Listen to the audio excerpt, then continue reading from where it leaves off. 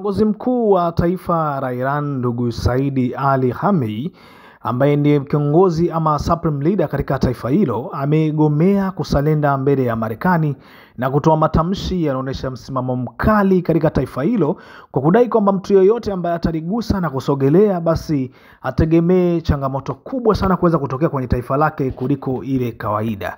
Kupitia mtandao wa X na akaunti ya kiongozi huyo imeandika matamshi ama maneno yafuatayo. Alisema rais wa USA ametutishia na ujumbe wake wa kuhitaji sisi turudishe majeshi nyuma, yaani kusarenda kwa ajili yake, lakini wanatakiwa watishe watu wenye uoga, ila Iran haiwezi tishika kwa vitu kama hivyo. Hakuishi hapo, akaendelea kuandika akasema, sio fasaha kuliambia taifa la Iran lisarende, kwa kuwa tunasarenda kwa nani na haiji kutokea.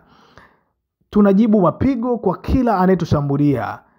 Huu ndio msimamo wa taifa la Iran. Hakuishi hapo tena, akazidi kuendelea, madhara ambayo US yatayapata endapo wataingilia mgogoro huu ni makubwa na ambayo hayaelezeki, na maneno mengine mengi ambayo ameandika yakionyesha msimamo wa taifa la Iran ya kwamba hawaji kusalenda kwa Marekani ama USA. Kupitia taarifa ambayo imetolewa na Rais Donald Trump siku ya jana, waliwaambia kuwa taifa la Iran tayari liko chini ya Marekani. Kwa hiyo anga lilikuwa limeshakamilika kumilikiwa na Marekani, na hivyo wanatakiwa warudishe majeshi yao nyuma na kuweza kukubali makubaliano ama maridhiano waweze kuyafikia ili kuweza kupunguza kasi ya vita ambayo imekuwa ikiendelea sasa hivi kati ya Iran na Israeli.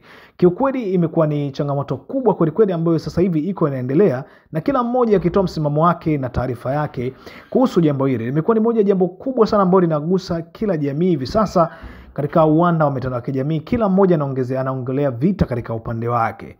Hili ni jambo ambalo kiukweli ni swala ambalo linahitajika kuweza kumalizika. Mpaka hivi sasa Marekani, Rais Donald Trump ametafuta nafasi ya kukutana na viongozi wa taifa la Kiislamu, mataifa mbalimbali ambayo ni ya Kiislamu, ili waweze kujadiliana namna gani wanaweza kuseto mgogoro ambao kiukweli umekuwa ukiwaathiri mataifa ya Uarabuni, mataifa ya Waislamu kwa kiwango kikubwa sana, especially kama Palestina, Israeli, Iran, Iraki na mataifa mengine ambayo yamekuwa yakishambuliana kila siku kwa sababu tu ya mgogoro wa Israeli na Palestina na Lebanon na mataifa mengine ambayo yamekuwa yakizunguka Palestina.